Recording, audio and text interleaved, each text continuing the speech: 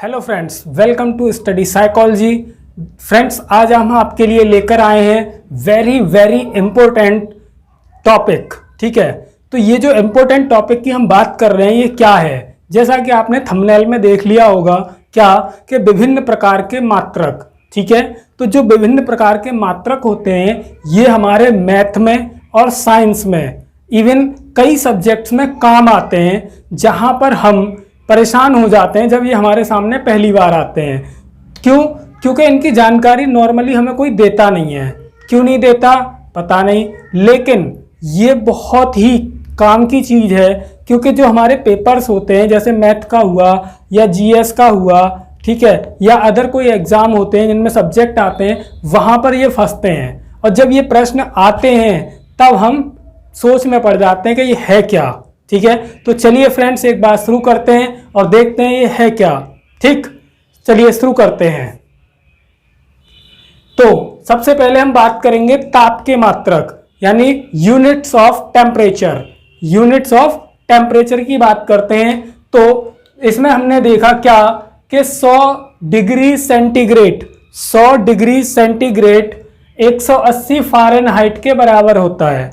100 degree centigrade 180 degree Fahrenheit के बराबर होता है। फ्रेंड्स, ये जो छोटा सा ये बिंदी बनी हुई है इसको बोलते हैं डिग्री। क्या बोलते हैं? डिग्री। ठीक है, इसी को जब हमने सॉल्व किया तो क्या बना कि 1 डिग्री सेंटीग्रेड बराबर 9/5 डिग्री फ़ारेनहाइट। 1 डिग्री सेंटीग्रेड बराबर 9/5 डिग्री फ़ारेनहाइट। कैसे बना? देखिए, जैसे 100 डिग्री सेंटीग्रेड बराबर 180 डिग्री फ़ारेनहाइट, तो हमने यहाँ पर लिया 1 डिग्री सेंटीग्रेड बराबर 180/100 डिग्री फ़ारेनहाइट। तो 0 से 0 कटा, 2 से 9 बार, 2 से 5 बार, तो 9/5 ऐसे आया ये। ठीक है, अब हमें क्या पता चला कि 1 डिग्री सेंटीग्रेड बराबर होता है 9/5 डिग्री फ़ारेनहाइट। ठीक है, आगे बात करते हैं कि 0 डिग्री सेंटीग्रेड 0 डिग्री सेंटीग्रेड में कितने केल्विन होते हैं? तो 273 केल्विन होते हैं। 0 डिग्री सेंटीग्रेड में 273 केल्विन होते हैं। तो अब आप सोचिए कि जब 0 डिग्री में 273 हैं तो 1 डिग्री में कितने होंगे? चलिए एक बार समझते हैं इस चीज को कि देखिए 0 डिग्री इधर से चलाते हैं तो 0 डिग्री सेंटीग्रेड में 273 केल्विन होते हैं, तो 1 डिग्री सेंटीग्रेड में 274 केल्विन होंगे। ऐसे ही 2 डिग्री में 275 केल्विन होंगे। सेम कंडीशन है कि 100 डिग्री सेंटीग्रेड में कितने होंगे? 373 केल्विन होंगे। 373 केल्विन होंगे। ठीक है, चलिए आगे हम बात करते हैं कि भाई माइनस 40 डिग्री सेंटीग्रेड में 40 डिग्री सेंटीग्रेड को जब माइनस में लेते हैं तो फ़ारेनहाइट में भी -40 डिग्री सेंटीग्रेड 40 डिग्री फ़ारेनहाइट होता है।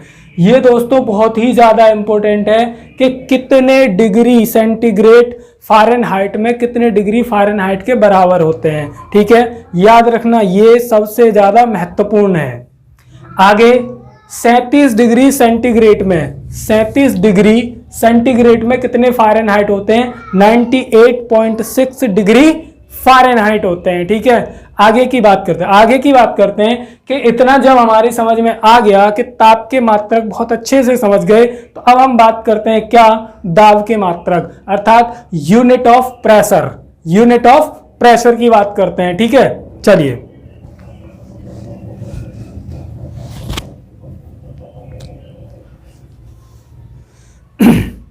तो शुरू करते हैं। ये क्लास आपके लिए इतनी महत्वपूर्ण होने वाली है कि आप लाइफ टाइम याद रखेंगे कि हाँ किसी ने आपको कुछ बताया।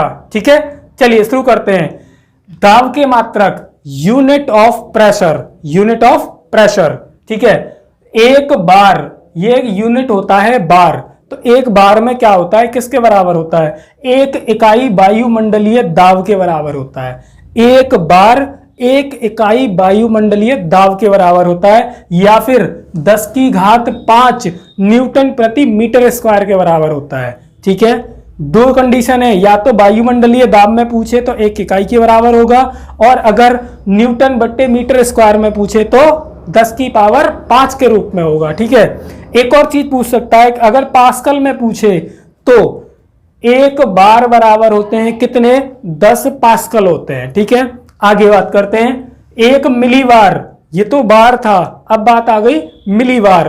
तो एक मिलीबार में क्या होता है कि एक बार देख लेते हैं, जैसे बड़ी से जब छोटी यूनिट की तरफ हम जब जाते हैं तो हम करते हैं क्या, मल्टीप्लाई करते हैं। क्या करते हैं, मल्टीप्लाई करते हैं। तो एक मिलीबार बराबर होता है 10 की पावर 2 पास्कल। एक मिलीबार बराबर होता है 10 की पावर 2 पास्कल, और एक बार बराबर 10 पास्कल। ठीक है, 10 और ये हो गए कितने, 100। आगे बात करते हैं, एक बार, फिर से आ गया एक बार, एक नई यूनिट के साथ संबंध बनाने आ गया कि इस बार का संबंध और किससे है। देखते हैं, एक बार बराबर होते हैं 760 टार। ये एक यूनिट है, किसका, प्रेशर का यूनिट है। बहुत ही ज्यादा इंपॉर्टेंट है, ये बहुत ही ज्यादा इंपॉर्टेंट है, किसी बुक में नहीं मिलता है ये ढूंढने से भी, लेकिन हम आपके लिए लेकर आए हैं। क्या, एक बार बराबर 760 टार, टार TAR टार। ठीक है, आगे एक बार दाब, एक बार दाब क्या होता है, 10 की घात 6 डायन बट्टे सेंटीमीटर स्क्वायर। बार दाब, बार दाब में 10 की पावर 6, 10 की पावर 6 डायन बटे सेंटीमीटर स्क्वायर होता है। एक अंतिम की बात कर लेते हैं, क्या कि एक पास्कल में क्या होता है, एक पास्कल किसके बराबर होता है। ठीक है, एक पास्कल होता है 10 की पावर 4 न्यूटन बट्टे मीटर स्क्वायर के बराबर। और दोस्तों पास्कल को हम PA से लिखते हैं, किससे लिखते हैं, PA से लिखते हैं। ठीक, एक चीज और आपने नोटिस की होगी यहाँ पर, क्या कि पास्कल को PA से हम यहाँ पर PA भी लिख सकते थे, कि एक PA यानी कि पास्कल बराबर क्या होता है, 10 की पावर 4 न्यूटन बट्टे मीटर स्क्वायर। ठीक है, आगे की बात करते हैं, आगे की बात करते हैं, क्या, समय के मात्रक। ठीक है, चलिए शुरू करते हैं। तो हम बात कर रहे थे क्या, समय के मात्रक, अर्थात unit of time, unit of time. जैसा कि आप सभी जानते होंगे, क्या, एक साल में कितने दिन होते हैं, 365। एक साल ऐसा भी होता है जिसमें 366 दिन होते हैं, 366। अब इन दोनों के नाम अलग अलग हैं। कैसे, कि एक तो होता है साधारण वर्ष, सिंपल ईयर में कितने होते हैं, 365 दिन। और लीप ईयर में, लीप ईयर को हिंदी में बोला जाता है अधिवर्ष। क्या बोला जाता है, अधिवर्ष। इसमें होते हैं 366 दिन। ये चीज दोस्तों जब आप रीजनिंग का एक टॉपिक पढ़ते हैं, कैलेंडर, वहां पर ये चीज परेशान करती है। तो उसे पढ़ने से पहले आपको ये जान लीजिए कि साधारण वर्ष में 365 दिन होते हैं और लीप वर्ष में 366 दिन होते हैं। ठीक है, आगे बात करते हैं, बहुत ही महत्वपूर्ण चीजें हैं ये, सूर्यमास और चंद्रमास। सूर्यमास और चंद्रमास, मास का मतलब होता है महीना, मंथ, यानी जब ल्यूनर मंथ होगा, और इसे बोलते हैं सोलर मंथ। ठीक है, एक चंद्रमास में 27.3 दिन होते हैं। ठीक है, इसका मतलब होता है कि चांद पृथ्वी के चक्कर कितने दिन में लगा रहा है, 27.3 दिन में लगा रहा है। अब पृथ्वी सूर्य के चक्कर 30 या 31 दिन में। तो यहाँ पे दोनों ही ऑप्शन लिखे हुए हैं, क्या कि कोई महीना तो होता है 30 का और कोई महीना होता है 31 का। ठीक है, आगे एक और बात आई, एक मिली सेकेंड, बहुत ही ज्यादा महत्वपूर्ण है, बहुत ही ज्यादा महत्वपूर्ण है। क्या, मिली सेकेंड। एक मिली सेकेंड में 10 की पावर 3 सेकंड होते हैं। बहुत ही महत्वपूर्ण है, ध्यान देना है इस बात पर कि 1 मिली सेकंड में 10 की पावर -3 सेकंड होते हैं। ठीक, आगे हमने बात की और महत्वपूर्ण है, क्या, नैनो सेकंड। ये हमारे एग्जाम में बार बार देखने को मिलता है, बार बार देखने को मिलता है कि 1 नैनो सेकंड में कितने सेकंड होते हैं, तो 10 की पावर -9 सेकंड होते हैं। ठीक है, आगे की बात करते हैं कि एक पिको सेकंड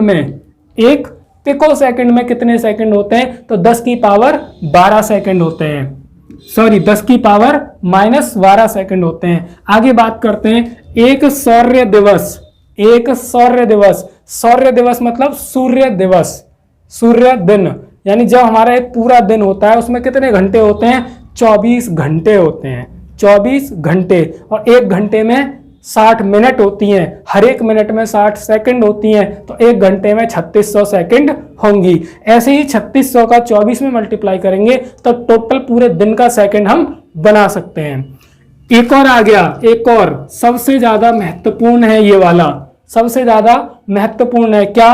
कि एक कॉस्मिक वर्ष में कितने दिन होते हैं या कितने वर्ष होते हैं। ठीक है, कॉस्मिक वर्ष में कितने वर्ष होते हैं? तो एक कॉस्मिक वर्ष में 25 करोड़ वर्ष होते हैं, 25 करोड़ वर्ष। अगर हम इसमें एक वर्ष का मल्टीप्लाई कर देंगे तो दिन में बन जाएगा। ठीक है, आगे बात करते हैं द्रव्यमान के मात्रक। किसके मात्रक? द्रव्यमान के मात्रकों की बात कर लेते हैं। ठीक है, ये क्या होते हैं? सबसे पहले ये सभी के सभी बहुत ही ज्यादा इंपॉर्टेंट हैं, जो अक्सर हमारे क्वेश्चन को सॉल्व करने में दिक्कत खड़ी करते हैं। तो आज हम इस दिक्कत को हमेशा हमेशा के लिए खत्म करने वाले हैं। ठीक है, हमेशा के लिए। जैसे एक औंस, औंस को OZ से दिखाते हैं, औंस को OZ से दिखाते हैं। इसमें 28.35 ग्राम होते हैं, एक औंस में 28.35 ग्राम होते हैं। ठीक है, आगे की बात करते हैं। एक पाउंड हम और आप अच्छी तरह से परिचित हैं इससे कि एक पाउंड को LV से दिखाते हैं, छोटा L छोटा B, LB, एक पाउंड को। इसमें 16 औंस होते हैं, 16 औंस होते हैं, यानी कि इसका 16 गुना होता है ये पाउंड।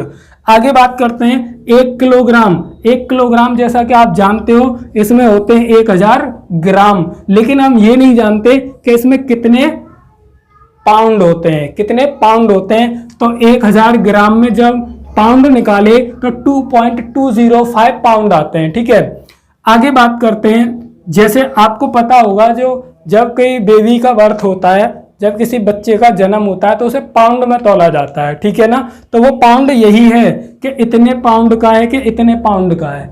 आ रही है बात समझ में? Very good. आगे बात करते हैं क्विंटल। एक क्विंटल में 100 kg होते हैं, मतलब 100 किलोग्राम होते हैं। ये तो बहुत सिंपल था, ये बात आती है। ये पूरा नाम नहीं आता पेपर में, हम सिर्फ टन ही टन पढ़ते रहते हैं, लेकिन एक्चुअल में ये होता क्या है? मीट्रिक टन होता है। एक मीट्रिक टन में 1000 किलोग्राम होते हैं, 1000 किलोग्राम। एक और आ गया मिलीग्राम मतलब mg। जैसे ml से मिलीलीटर था, ऐसे ही यहां पर क्या है?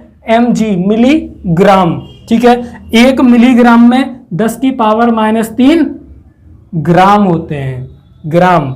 या किलोग्राम में देखें तो 10 की पावर -6 किलोग्राम होते हैं।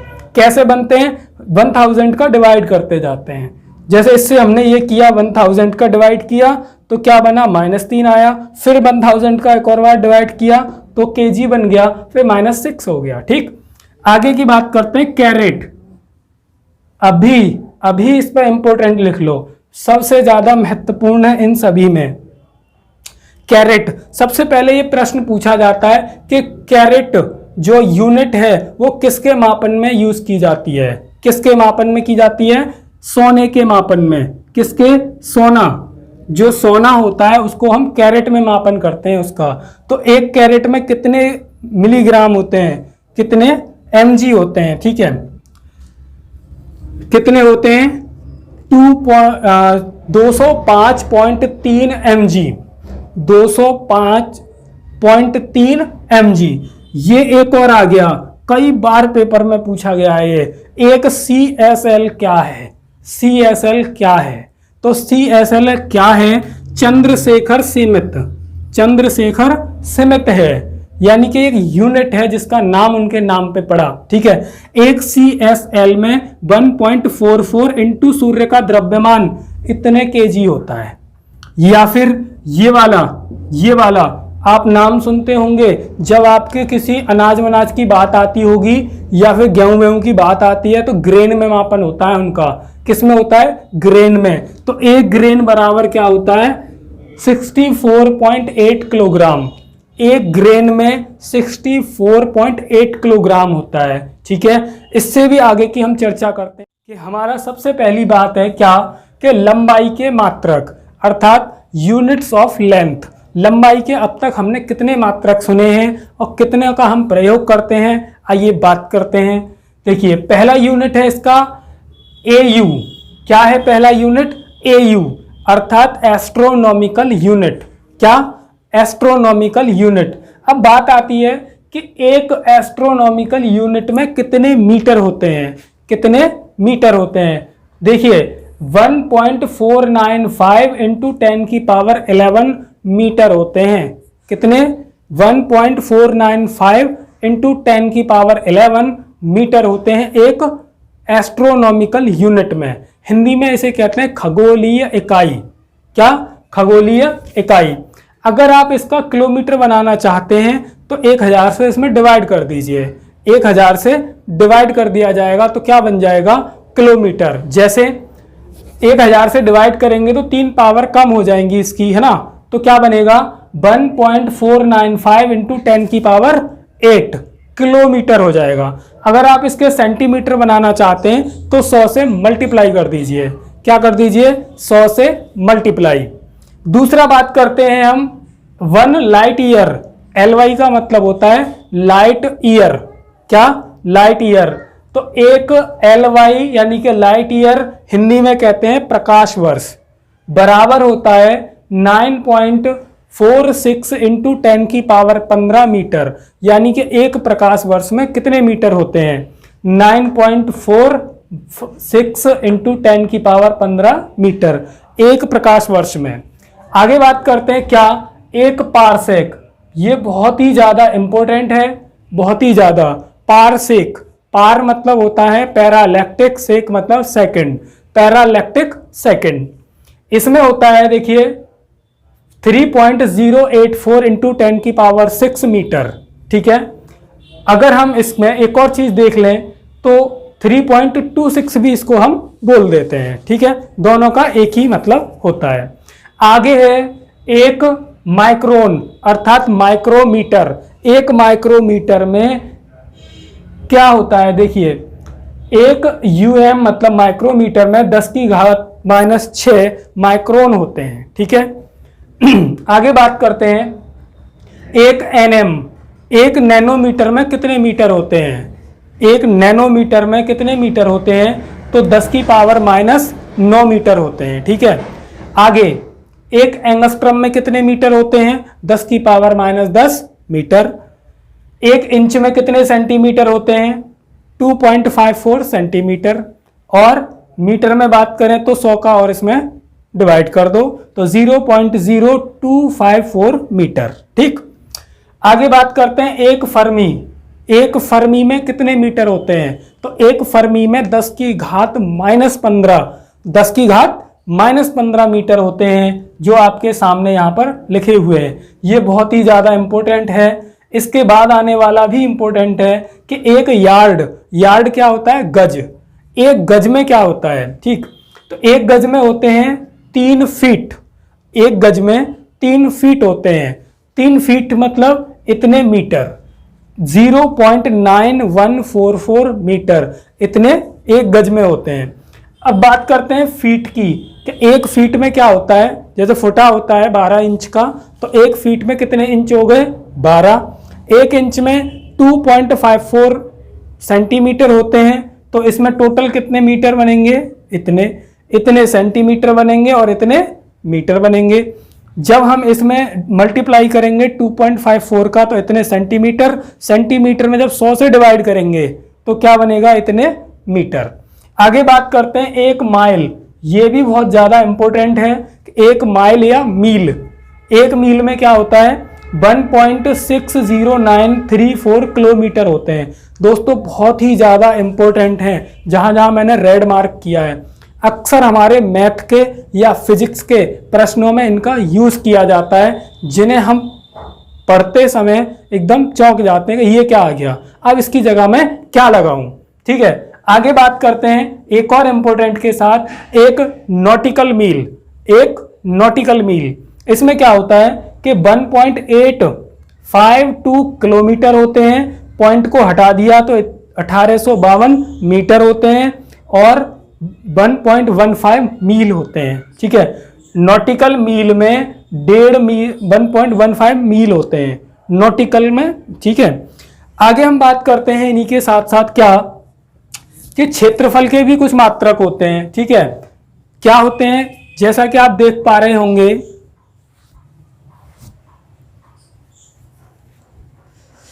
ठीक है।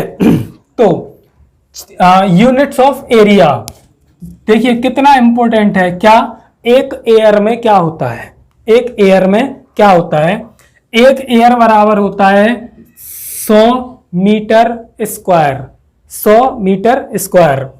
एक हेक्टेयर में क्या होता है, एक हेक्टेयर बराबर होते हैं 100 एयर, और आप जानते ही हैं कि जब 100 एयर हैं तो मल्टीप्लाई बाई 100, ठीक। तो अगर एकड़ की बात करूं तो एक हेक्टेयर में इतने एकड़ होते हैं, एक हेक्टेयर में 2.471 एकड़ होते हैं, ठीक है। आगे अगर मीटर में बात करें तो जैसा कि अभी हमने बोला कि एक हेक्टेयर में 100 एयर, 100 एयर में 100 मीटर, तो 100 इंटू 100 10,000 मीटर स्क्वायर। आगे बात आई एक वर्ग मील में कितने एकड़ होते हैं, तो एक वर्ग मील बराबर होता है 640 एकड़, और एक एकड़ में 4840 वर्ग गज, 4840 वर्ग गज, यानी 4047 मीटर स्क्वायर, 4047 मीटर स्क्वायर, ठीक है। एक वर्ग गज में क्या होता है, 9 वर्ग फीट होते हैं, या फिर 0.83 मीटर स्क्वायर होता है, ठीक। आगे बात करते हैं एक वार्न, दिस इज वेरी इंपॉर्टेंट। एक वार्न क्यों इंपॉर्टेंट है ये, क्योंकि जब किसी परमाणु के नाभिक को 2 भागों में विभाजित किया जाता है तो उसकी सतह का जो क्षेत्रफल होता है उसका मापन करने के लिए इसका यूज करते हैं हम, वार्न का।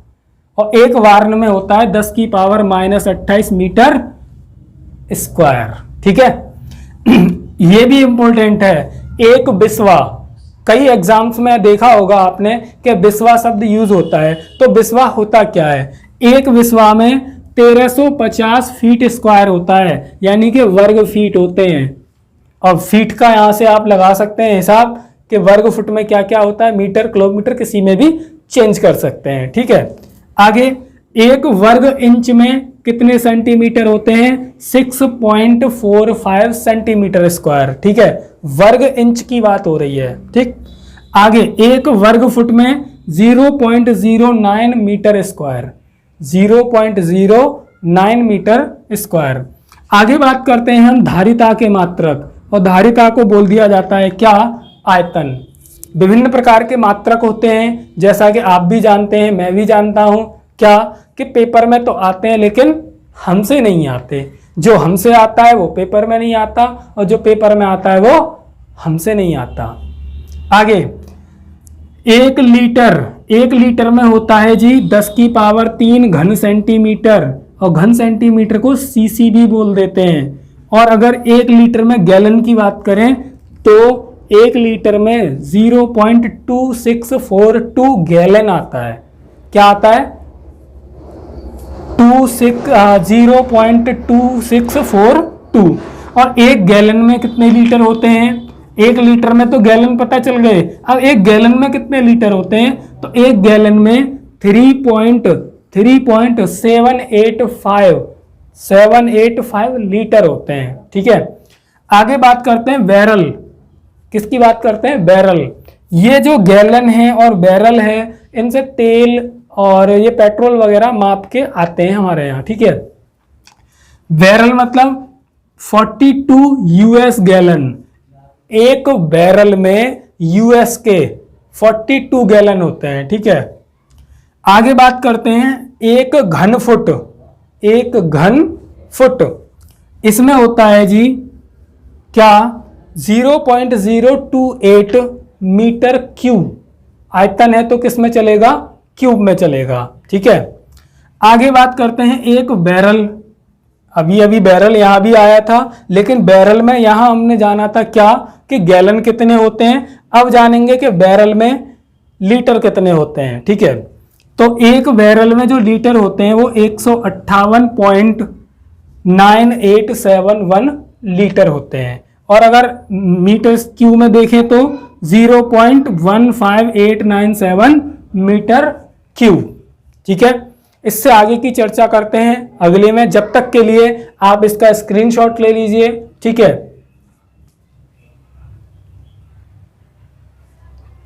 तो आपने स्क्रीनशॉट ले लिया होगा। उम्मीद है आपके ये सभी चीजें अच्छे से समझ आई होंगी।